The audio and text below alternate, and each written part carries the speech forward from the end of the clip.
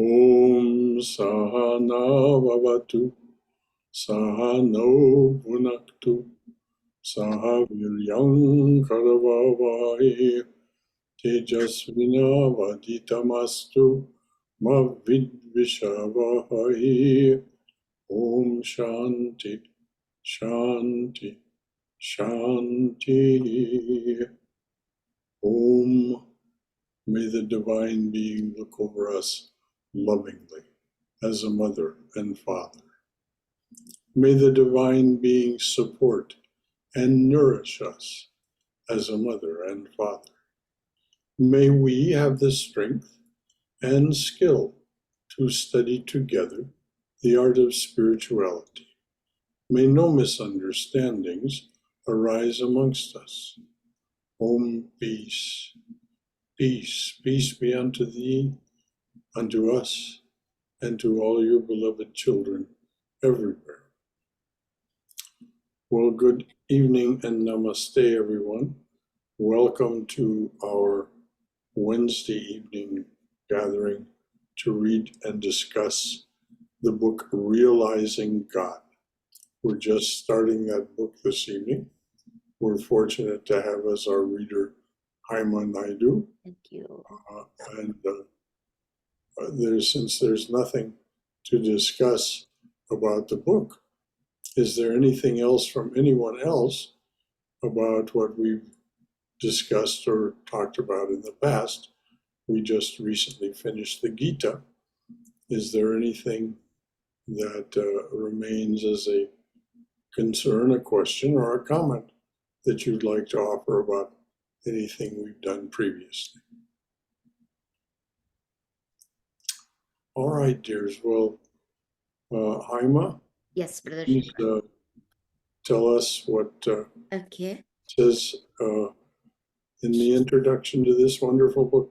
By the Sure. way, this is a collection of Swami Prabhavananda's talks gathered by his dear disciple, Nalini or Edith Tipple. The introduction will tell us much more, which Haima will now read. Sure. Brother Shankara, do you want me to start with the foreword? There is a foreword Yes, by Edith Dickinson Tipple. Yes, please do read that. Okay, sure. Good evening and namaste, everyone. And this book is Realizing God, Lectures on Vedanta by Swami Prabhavananda. Foreword. This book has been edited from transcripts of Swami Prabhavananda's lectures and talks contained in the archives of the Vedanta Society of Southern California. They span the years 1935 to 1976. I had intended to combine lectures of similar titles into a single chapter, but from year to year, even from month to month, the Swami changed content when speaking on the same topic. Feeling that the lectures of the 1960s represent him at his prime, I began with those and afterward added valuable material from other decades. Okay, hold on just one moment. The Swami started the Vedanta Society of Southern California in 1931. It had actually been founded as an organization in 1929 when he was given the house that is still an instrumental part of the center there. It's located in Hollywood, but it was not Hollywood in 1929. It was known as Hollywoodland, which was a real estate development. So he was given this home by one of his disciples in order to start a center in Los Angeles. He did that. And then in 1931, they incorporated as a 501c3, or what we call a 501c3 now, a nonprofit, and religious organization. And the reason it ends in 1976 is that's when the Swami left the body. And very deliberately, Swami Prabhavananda left the body on July 4th, 1976. And when Nalini said he was at his prime in the 1960s, this was certainly well understood at the society that he was at his finest from the late 50s until the early 70s, when his health began to decline. He suffered from congestive heart failure and so on. So with all that in mind, I'll ask Haima to start reading again. You want me to start from the beginning again, Brother Shankara? The beginning of the foreword, yes. Sure. Forward. This book has been edited from transcripts of Swami Prabhavananda's lectures and talks contained in the archives of the Vedanta Society of Southern California. They span the years 1935 to 1976. I had intended to combine lectures of similar titles into a single chapter, but from year to year, even from month to month, the Swami changed content when speaking on the same topic. Feeling that the lectures of the 1960s represent him at his prime, I began with those and afterward added valuable material from other decades. With a view to documenting his thought clearly, I have left material from each lecture as a separate item with its original source in the archives cited at the end. There are some unavoidable repetitions in such a presentation, but they serve to illustrate the Swami's multifaceted thinking on any given subject. Swami Prabhavananda's only aim was to point the student toward realization of God, as he used to say, by hook or by crook, meaning in any way that appealed. His use of the expression was typical of his understanding of the culture in which he spoke, in this instance, referring to the crooked staff of the shepherd of lost souls, Lord Jesus Christ, reigning in his wayward lambs. It also referred to a Bengali saying, adopt any means whatsoever, but keep your mind fixed on Krishna. Mm-hmm. The task of presenting Swami Prabhavananda's legacy has been approached with a great sense of responsibility. I have tried not to intrude between him and the reader, but have striven to let his personality shine through on the printed page. I am deeply indebted to Swami Krishnananda, who transcribed these lectures to the VSSC archives for making them available, and to David Nelson for editorial advice. This foreword was given by Edith Dickinson, Tipple, August 1st, 2010. That's This fellow, David Nelson, also was a disciple of Swami Prabhavananda and goes by the name Devadatta Kali. Devadatta Kali. You can find two really remarkable books by him if you go looking. One is on the Chandi, and one is on Kali. So you can. He is also a remarkable author and follower of Swami Prabhavananda. Devadatta, Devadatta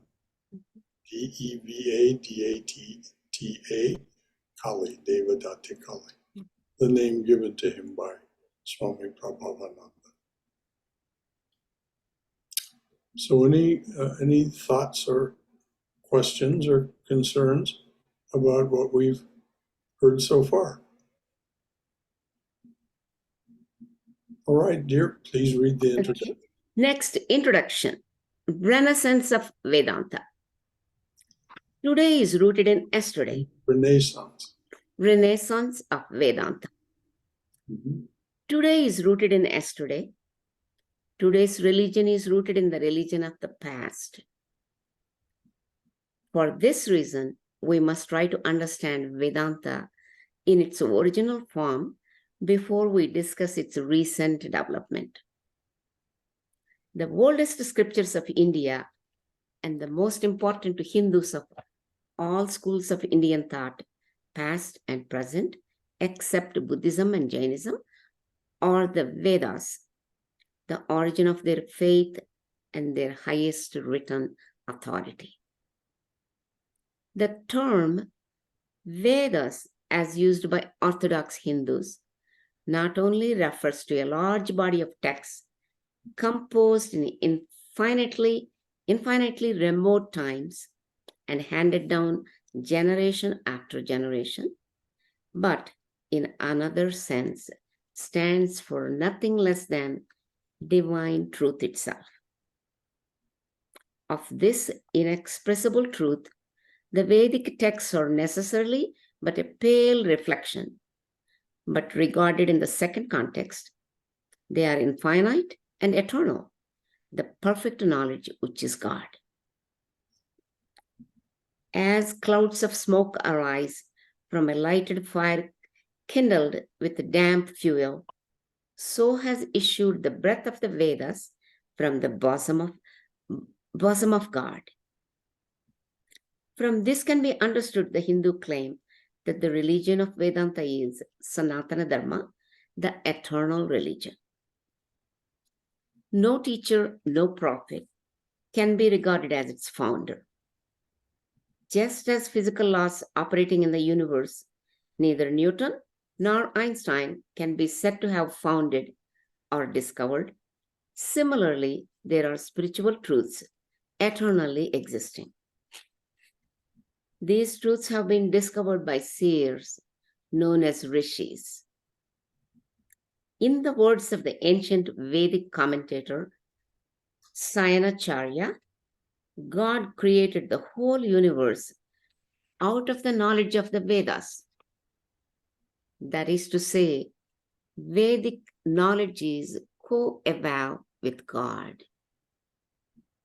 The authority of the Vedas does not depend upon anything external. They themselves are authority, being the knowledge of God. Why they are accepted as such, we shall see later. But their truth is verifiable in transcendental consciousness by any spiritual aspirant. It is the Vedas in the concrete sense of scriptures with which we are henceforth concerned. As such, they are divided into two major parts: Karma Kanda, the work portion, and Jnana Kanda, the knowledge portion. The knowledge portion consists of the Upanishads, and they came to be spoken of as the Vedanta, the Anta or end of the Vedas, that is, the latter portion of the Vedas. The word Anta, in addition to its literal meaning, has the figurative meaning of goal or purpose.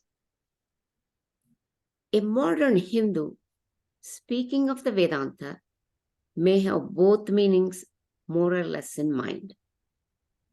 The scriptures refer to the last part of the Vedas, their highest wisdom, the wisdom of God. The teaching of the Upanishads is summed up in several sacred sayings known as Mahavakyas. They are Tattvamasi, that thou art. Aham Brahmasmi, I am Brahman. Prajnanam Brahma, pure consciousness is Brahman. I am Atma Brahma, this self is Brahman. They are to be found strewn throughout the pages of the Upanishads. They are concise utterances given by the teacher to the disciple to be meditated upon. It's interesting to note that the 10 orders of monks of the school of Shankara are differentiated to this day by the particular Mahavakya upon which they meditate. This, then, is the fundamental truth of the philosophy of Vedanta, the identity between Brahman and Atman. To a superficial reader who fails to penetrate deeply into the mystery of the human soul, this doctrine of identity may easily become the ground for misconception and misinterpretation. But the Upanishads give us a profound analysis of essential human nature, an analysis which upholds the identity of the spirit with the Godhead.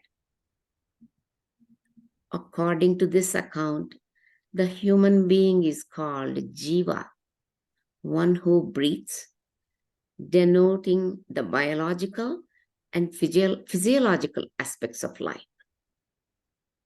His individual self is further indicated by the word bhokta, the enjoyer, and karta, the doer. This individual self is not meant to be the Atman, that is one with Brahman.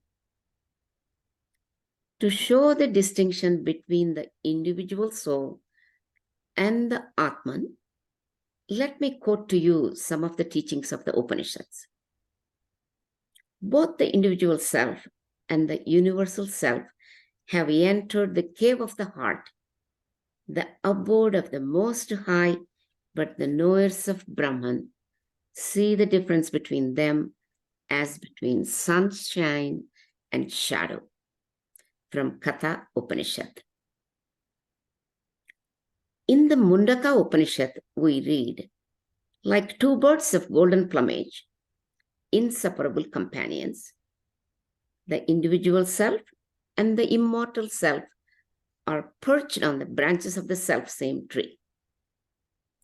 The former tastes of the sweet and bitter fruits of the tree. The latter, tasting of neither, calmly observes. The individual self, deluded by forgetfulness of his identity with the divine self, bewildered by his ego, grieves and is sad. But when he recognizes the worshipful Lord as his own true self and beholds his glory, he grieves no more. The Lord is the one life shining forth from every creature. Seeing him present in all, the wise man is humble, puts not himself forward. His delight is in the self. His joy is in the self. He serves the Lord in all. Such as he, indeed, are the true knowers of Brahman. What is the nature of Brahman that is identical to the Atman? Brahman in this connection is described as beyond all expression. Brahman is he whom speech cannot express and from whom the mind, unable to reach, comes away baffled. Taittiriya Upanishad. That which cannot be expressed in words, but by which the tongue speaks, know that to be Brahman. Brahman is not the being who is worshipped of men. That which is not comprehended by the mind, but by which the mind comprehends, know that to be Brahman. Brahman is not the being who is worshipped of men. From Kina Upanishad. In another passage, we read, he, the self-luminous, subtler than the subtlest, in whom exist all the worlds and all those that live therein. He is the imperishable Brahman. He is the principle of life. He is real. He is immortal. Attain him, my friend, and one goal to be attained from Mundaka Upanishad. So though he is beyond mind and speech, beyond human comprehension, he can be attained. One realizes this identity of Atman and Brahman in what is known as Samadhi or transcendental consciousness. We shall presently come to explain that point. But before we come to that, we must mention that Brahman is described also as the cause of the universe. Viewed as such, Brahman is known as Saguna, that is the personal God with the divine attributes. To quote the Upanishads, the one absolute impersonal existence, together with his inscrutable Maya, appears as the divine Lord, the personal God, endowed with manifold glories. With his divine power, he holds dominion over all the worlds. At the periods of creation and dissolution of the universe, he alone exists. Shvetasvatara Upanishad, that is from Shvetasvatara. To the Hindus, creation is beginningless and endless. That is, beginningless is proved by a simple process of logic. If creation had a beginning, then the creator must also have had a beginning, because until there is creation, there can be no creator. But to admit that the creator had a beginning would be to admit that God had a beginning, since God is not God until he creates. To think of God as having had a beginning would be a manifest absurdity. God, who contains within himself the seed, the material cause of the universe, first brings forth this universe out of his own being, and then in due time takes it back again into himself. This process of creation and dissolution goes on forever, for it is as endless as it is beginningless. Eternity is witness not of one universe only, for instance, that of which we are now a part, but of an infinite succession of universes. The birth, life, and destruction of a universe constitutes one cycle. To say that there was neither a first cause and will never be a last is to say that there was never such a cycle. And to say it will never be the last is only a way of asserting that the creative function of God is, like himself, eternal. The phenomenon of creation is described in the Mundaka Upanishad as follows. As the web comes out of the spider and is withdrawn, as plants grow from the soil and hair from the body of man, so springs the universe from the eternal Brahman. What is our fate? Do we, like the universe, continue to undergo birth, death, and rebirth endlessly from a beginningless time? To quote the Shvetasvatara Upanishad, this vast universe is a wheel. Upon it are all creatures that are subject to birth, death, and rebirth. Round and round, it turns and never stops. It is the wheel of Brahman. As long as the individual self thinks it's separate from Brahman, it revolves upon the wheel in bondage to the laws of birth, death, and rebirth. But when, through the grace of Brahman, it realizes its identity with him, it revolves upon the wheel no longer. It achieves immortality. I'll read this paragraph one more time, Brother Shankara. Seems very profound. What is our fate? Hang on just one moment. I Sure. was mistaken about the two books by Devadatta Kali. I The see. one is on the Chandi, no doubt. Okay. The other is on the Svetasvatara Upanishad. Okay. Both of them are truly remarkable and worth your attention. So please read as you What say. is our fate? Do we, like the universe, continue to undergo birth, death, and rebirth endlessly from a beginningless time? To quote the Svetasvatara Upanishad, this vast universe is a wheel. Upon it are all creatures that are subject to birth, death, and rebirth. Round and round it turns and never stops. It is the wheel of Brahman. As long as the individual self thinks it is separate from Brahman, it revolves upon the wheel in bondage to the loss of birth, death, and rebirth. But when, through the grace of Brahman, it realizes its identity with him, it revolves upon the wheel no longer. It achieves immortality.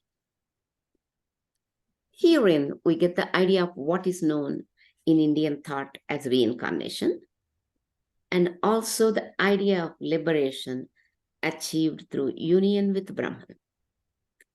There is divinity in each soul. Atman is Brahman. But as long as the Atman is identified with the sheaths of the body, vital principle, mind, intellect, and ego, it appears as an individual being separate from the Godhead. It is through ignorance, which is universal, that this identification continues. We remain subject to reincarnation, to birth, death, and rebirth until we awaken spiritually and realize the truth of God. Then we achieve immortality. According to Vedanta, continuity of existence is not in time. The soul reincarnates again and again, but that is not immortal life. Immortality is achieved when the individual self realizes its true nature as one with the Godhead. Ultimately, every soul will experience this union. Reincarnation merely gives it repeated opportunities to do so. The supreme goal of life, therefore, is to achieve moksha, that is liberation from the bondages of birth, death, and rebirth, which is attained by realizing the Godhead within, by realizing the Atman as Brahman. And Vedanta emphasizes that this state can be attained here and now. No one needs to wait till after the death of the body. For one who has achieved liberation during life on earth, the vision of the world becomes transformed into the vision of Brahman. Such a person is then called Jivan Mukta, free while living, forever free from delusion, free from all selfish desires, free from all sense of want. Every desire is extinguished by the ineffable experience of the self. For one who has not achieved liberation in life, there is the possibility of obtaining it at the moment of death, provided that preparation for this experience has been the sole aim of life. It must be admitted that the Vedantic conception of immortality, which is found in the Upanishads, runs counter to a common human desire. Most of us cling fondly to what we call our individuality or personality, and we long to retain it through what we think of as an infinite extension of earthly time. Against this proposition, there lies implicit in the Upanishads the following argument. This is wanted individuality of ours. Wanted is V-A-U-N-T-E-D, Brother Shankara, not W-A-N. He said, this is wanted individuality of ours. What is it after all? Born as it is of the false identification of the self with the non-self, it is but the illusory product of a radical misunderstanding. It has no genuinely real, no ultimate existence. Further, if only we will but observe and reflect, we shall realize that everything which pertains to this particularized self, whether of body or mind, is in a state of incessant change. To cherish our finite individuality is, therefore, to expend our affections on what moment by moment we are losing forever. On the other hand, beside this elusive, ever-vanishing self, there is another self, the Atman, motionless behind the flux. In that, and only in that, lies our higher and truer individuality, which, so long as we continue in our blindness, we can never know.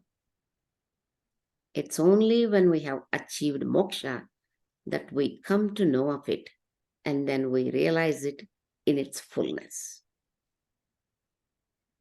What is meant by the knowledge of Atman Brahman, which leads to liberation, is not what we ordinarily understand by that word.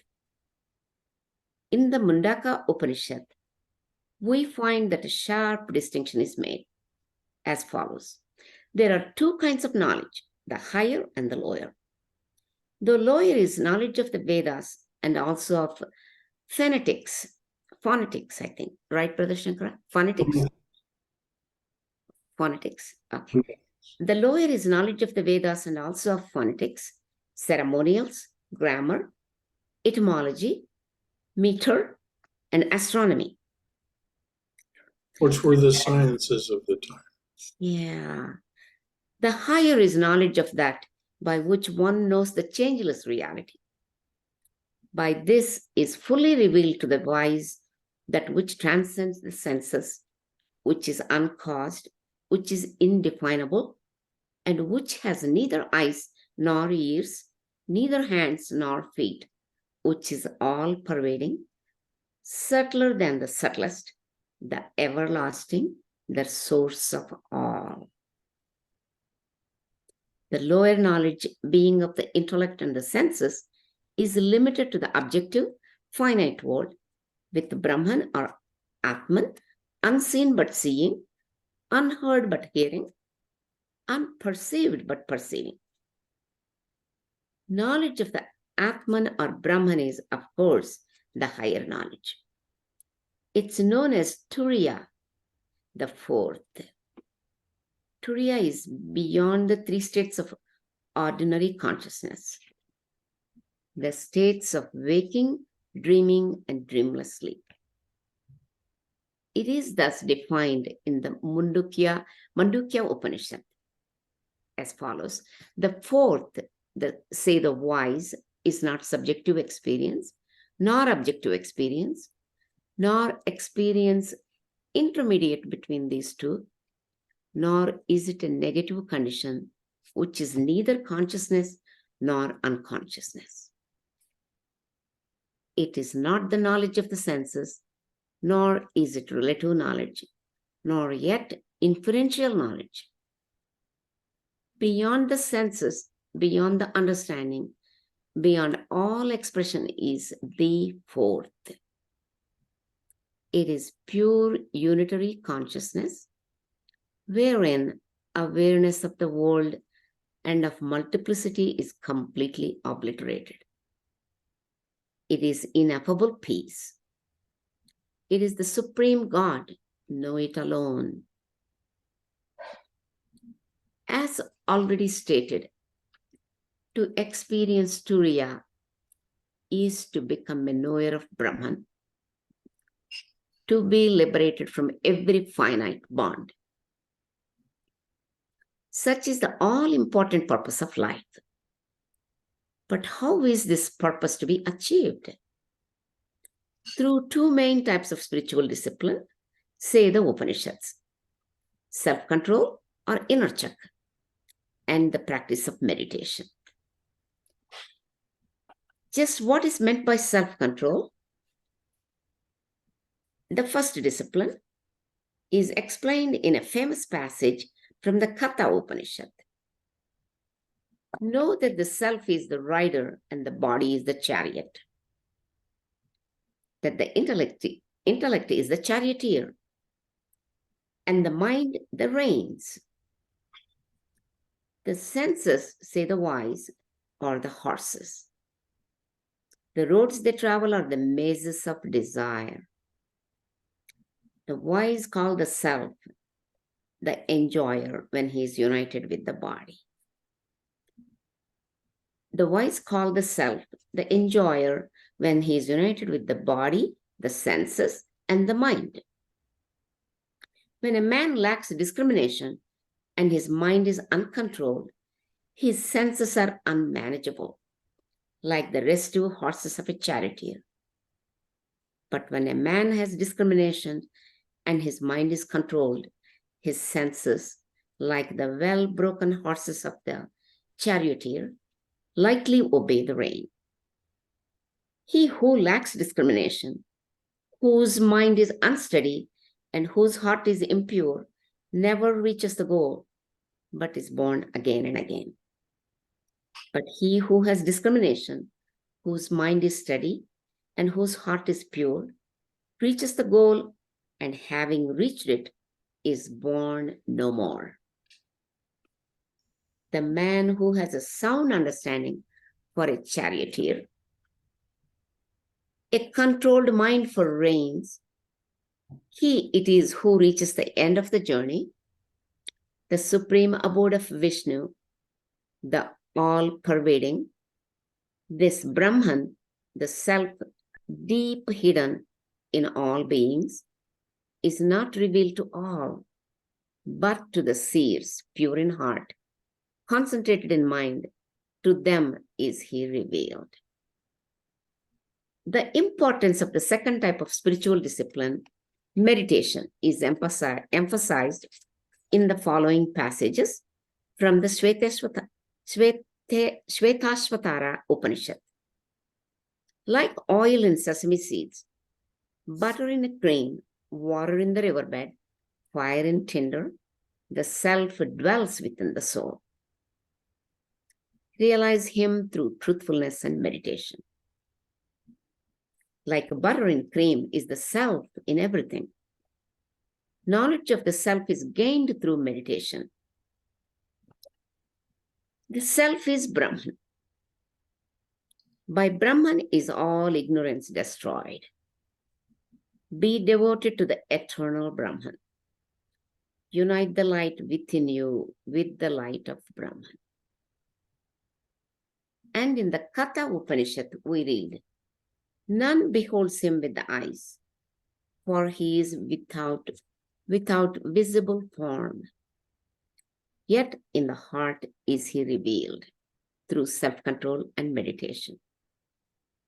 When all the senses are stilled, when the mind is at rest, when the intellect wavers not, that, say the wise, is the highest state. This calm of the senses and the mind has been defined as yoga. He who attains it is freed from delusion. There are 4 yogas or paths of union with Brahman. Raja Yoga is the path of self-control and meditation. Jnana Yoga is the path of discriminative knowledge, which consists of hearing the truth of Brahman, reasoning upon it, and meditating upon it. Bhakti Yoga is the path of love or devotion to God. Karma Yoga is the path of selfless work. The 4 paths are mentioned in the Upanishads in rudimentary form. They are discussed in greater detail in the auxiliary scriptures, especially in the Bhagavad Gita and also in the Puranas and Tantras. The auxiliary scriptures, which are more recent than the Upanishads, are also accepted as authority by the Hindus inasmuch as they explain and popularize the Upanishadic teachings. In addition to the auxiliary scriptures, there are sutras or aphorisms, which constitute the basic Indian philosophical literature. Western scholars regard the 2nd century AD as the Sutra period. The 6 schools of Indian philosophy, Nyaya, Vaisheshika, Samkhya, Yoga, Purva Mimamsa, and Vedanta are based upon sutras. The most important aphorisms are the Yoga Sutras of Patanjali and the Vedanta Sutras of Vyasa. That is, Vedanta Sutras of Vyasa, there is a short note at the bottom. The actual author was Badarayana of the 5th century BC. Vyasa is a generic name meaning compiler. He is a legendary character since all works attributed to him took shape over many centuries. The Yoga Sutras explain in detail how Samadhi or God consciousness is attained by following the path of concentration and meditation. The Vedanta Sutras are important to all Vedantic schools of thought in as much as every philosopher has commented upon them in order to establish his particular doctrine. For a Vedantist, the Upanishads, the Bhagavad Gita, and the Vedanta Sutras are considered the most authoritative and fundamental of all the scriptures. Based upon these, 3 main schools of Vedantic thought developed in India. First, Advaita Vedanta. It was Shankara in the 7th century AD who expounded Advaita Vedanta in a comprehensive and clear manner. He accomplished this by writing commentaries on the basic Vedantic texts mentioned above. None of the many commentaries written before Shankara are extant. Shankara propounded the philosophy of non-dualism, that Brahman alone is real, and the appearance of the universe as we know, it is a superimposition upon Brahman. The second school of thought developed approximately 2 centuries after Shankara. It is known as the Vashishta Advaita or qualified monism of Ramanuja. Ramanuja rejected Shankara's theory of superimposition and propounded his own theory of transformation. According to Ramanuja, Brahman is related to the world of the living and the non-living as the soul is related to the body. All living creatures and non-living matter constitute the qualifications of Brahman. The individual souls are parts of Brahman, the whole. Brahman is Saguna, personal with blessed attributes. The third school of thought is the Dvaita or dualism of Madhva. Madhva, who was born toward the end of the 12th century, interpreted Vedanta as radical pluralism. According to him, God, matter, and souls are absolutely different from one another.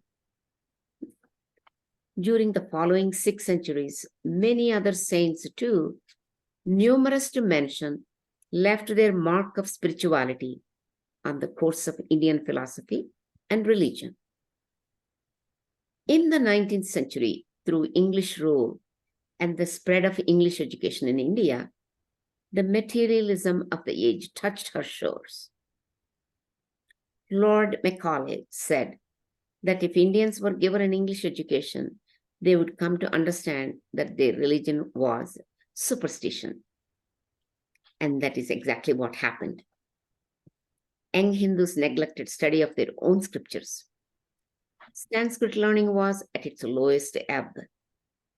Western scholars, on the other hand, translated the Vedas, the Upanishads, and Bhagavad Gita, thus bringing to the attention of English-educated Hindus and greatness of their own spiritual heritage. In the life of Sri Ramakrishna, about whom I shall presently speak, an incident is mentioned which bears out the general lack of the Hindus' regard for their scriptures at that time. One of Sri Ramakrishna's younger disciples told his master what a wonderful book the Bhagavad Gita was. Sri Ramakrishna smiled and said, "Some Englishmen must have said so." Vedanta was given a new impetus with the advent of Sri Ramakrishna, who was born in 1836.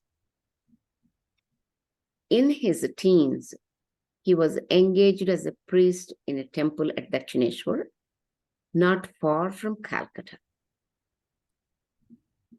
Unbeknown to the people of the world, he practiced spiritual disciplines so intensively that the state of Turiya, which we mentioned while dealing with the Upanishads, almost became his natural state of awareness.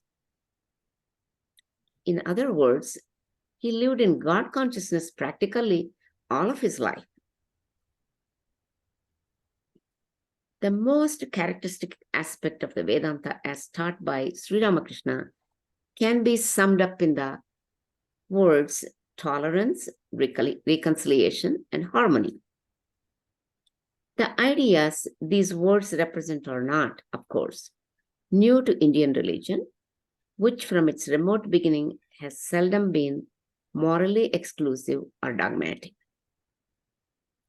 But in the Vedanta of Sri Ramakrishna, they find a comprehensive and definitive embodiment. He not only brought into agreement the diverse views of Vedanta, but also managed to include in his native faith all the faiths of the outside world. The idea of the unity and universality of the Unknown caller. Hang on just one moment. I'm sorry I can't talk now. I'm in class.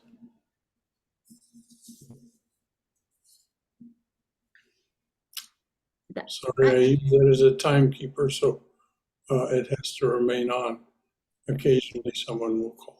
No problem. The idea of the unity and universality of the religious sentiment could hardly be carried further. In the ultimate reaches of Vedanta, there were, to be sure, no divorced views to be reconciled. When the aspirant attained the ultimate goal, views of whatever kind ceased to exist. An aspirant absorbed in Turiya, the transcendental consciousness, had become one with God. But at lower levels, where the mind trying to determine the nature of God and the universe, differences arose early. Some said that God was personal, some that he was impersonal, some said he was with form, some that he was without form. Sri Ramakrishna, bringing to bear his own mystic experiences, dissolved in his simple way all such oppositions. He said, infinite is God, and infinite are his expressions. He who lives continuously in the consciousness of God, and in this alone, knows him in his true being. He knows his infinite expressions, his various aspects.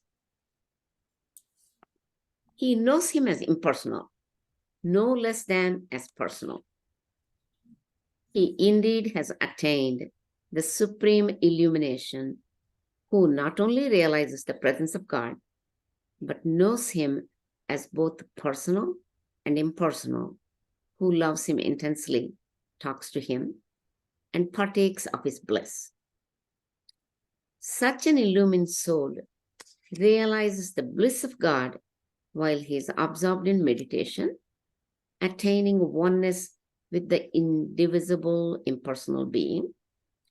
And he realizes the same bliss as he comes back to normal consciousness and sees this universe as a manifestation of that being and as a divine play. To reason out the truth of God is one thing, and to meditate on God is another. But when illumination comes through the grace of God, then only is the truth of God known and experienced. Just as the dark room is lighted when you strike a match, so is the heart lighted up by the grace of God. Then alone are all doubts dissolved away. As we have seen, the three main schools of thought in Vedanta are dualism, qualified monism, and non-dualism. Sri Ramakrishna reconciled these in the following manner. Quoting an ancient verse from the Hindu scriptures, he told how Rama, who was worshipped as a divine incarnation, asked his faithful devotee, Hanuman, how he looked upon him. Hanuman replied, "When I consider myself as a physical being, thou art the master, I am thy servant. When I consider myself as an individual being, thou art the whole, I am one of thy parts. And when I realize myself as the Atman, I am one with thee." Thus, Sri Ramakrishna pointed out that dualism, qualified monism, and non-dualism are not mutually exclusive and contradictory concepts, but successive steps in realization, the third and last being attained when the aspirant loses all consciousness of self in union with God. Thus, in a way more or less peculiar to himself, through attention mainly to the mystic experience, Sri Ramakrishna harmonized conflicting notions of God and religion. But this was not his only way. Another, still more peculiar to him, might in current terms be called pragmatic. According to him, any idea of God, any mode of worshiping him that worked, that led the aspirant to the ultimate goal, must be valid and true. But how could one be sure that an idea or a method is really effective? Clearly, only by trying it oneself.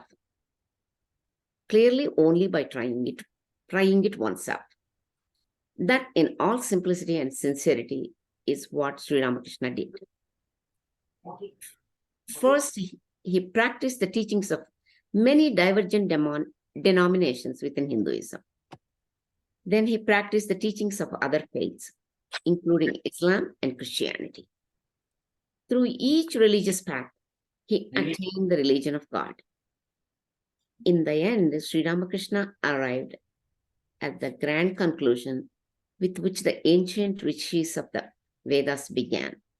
Truth is one, sages call it by various names.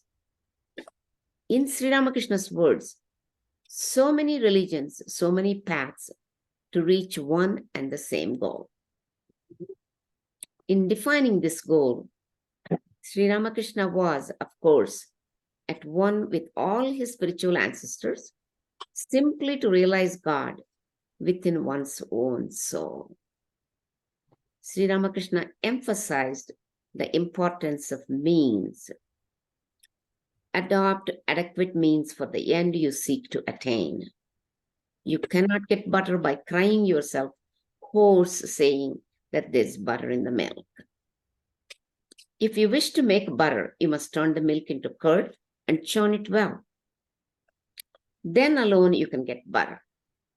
So if you long to see God, practice spiritual disciplines. What is the use of merely crying, Lord, Lord?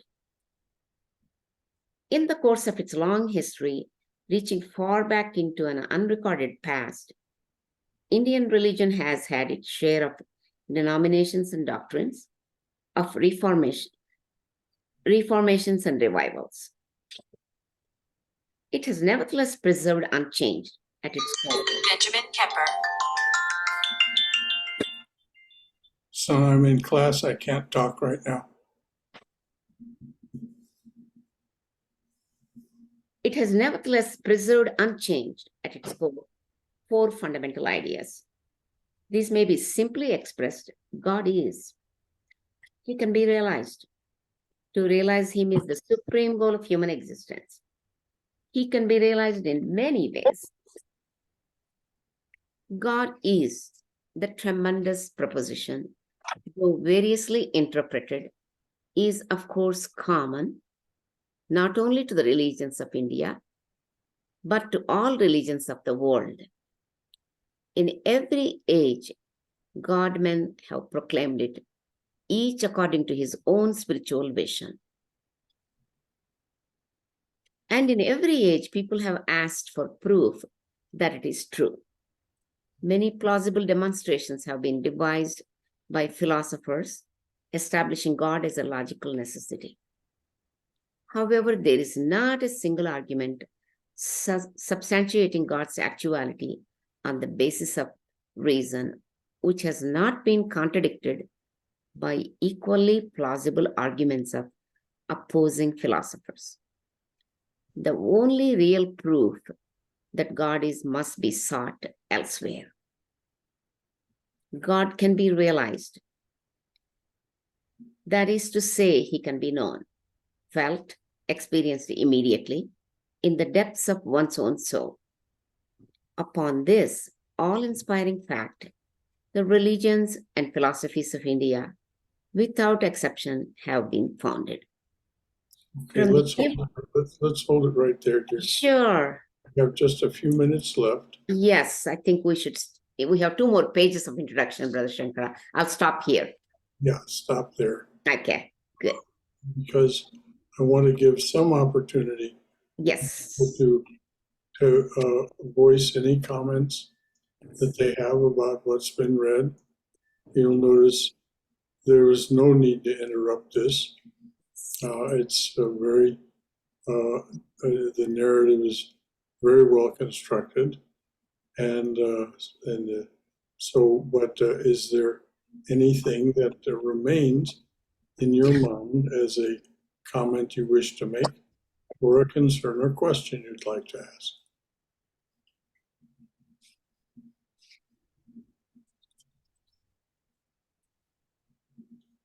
This is so much of what we have been discussing all these years in other books while we were reading.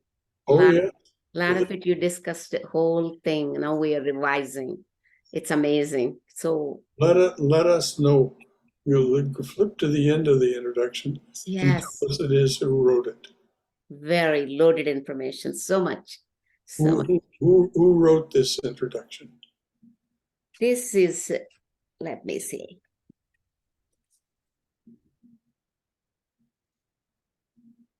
There is no name on this introduction. I am assuming it's Swami Prabhavananda. No. No, it's not. Okay, maybe it's Edith Tipol. Yeah, no name written here.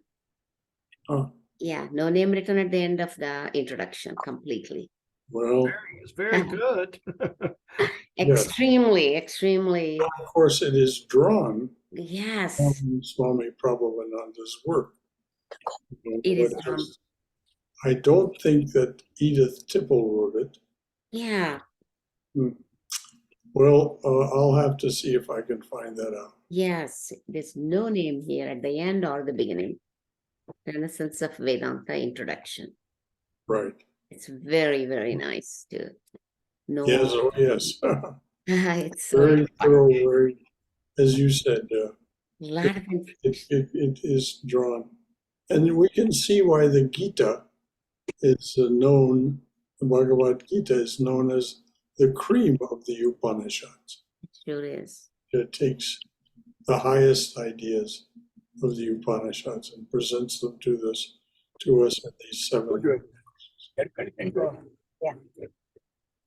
So this may seem kind of an odd question at first, but has in the order, has there ever been any discussion on the continuity of time linear from life to life, or is that just strictly in the mind? Yes, there is no such thing as linear time.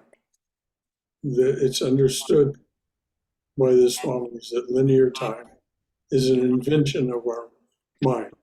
We construct the continuity of our experience out of our samskaras, out of our past life experiences and our life experiences in this lifetime.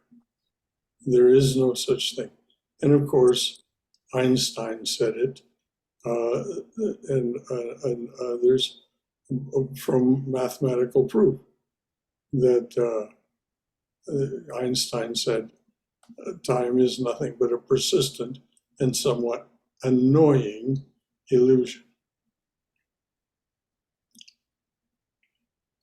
So it's understood among the Swamis that time is not linear, and our reincarnation as such is not linear. Of course. So going back to the wheel thing, and if there's no continuity in linear time from lifetime to lifetime, what kept hitting me is that in order for us to be here right now talking about this and like literally having a picture of the avatar on our desk and being this close to the avatar, that we must be very, very close to the end. Oh, yes. Yes, we must indeed. And that is an article of faith in the order. That we are definitely coming to the end of this age. And Sri Ramakrishna came to how great was thy sacrifice, freely choosing thy birth in this prison, our iron age, to unchain us and set us free. Bless you. So there we have it.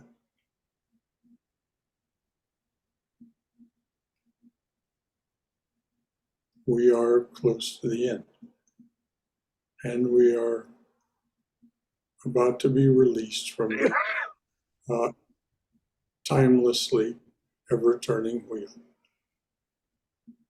What a blessed state. All right, dears, anything else? That's all. I after we finished last time, Brother Shankara, I felt like this is a book of revelation and a life's Bible for self-discovery and self-actualization. That's what I wrote it in my book. So that was a long time ago we finished it. Yeah, it's a self-discovery, this book.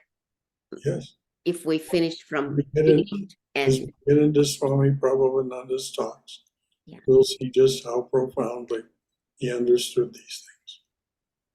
Well, that faith and the faith in grace is the refuge. yes, You know? It certainly is. Yes, truly agree. So, dears, Jai Shri Guru Maharaj Ki Jai, Durga Durga Durga. May we be safe. May we be healthy. May we be cheerful. May we have peace of mind. And may we go forward in the loving and protective embrace of the Divine Being as our Mother and Father. May we all be well and in bright spirits. Thank you for coming this evening. And as always, our congregation is full of life. So until next time, there'll be no Saturday class. There will be a class, but it'll be led by Swami Yogananda. It won't be led by me. And there won't be any Sunday talk from here. That also will be Swami Yogananda. And that's all available on Zoom. Okay. Thank you, Brother Shankara. Talk with you again soon. Much love to everyone.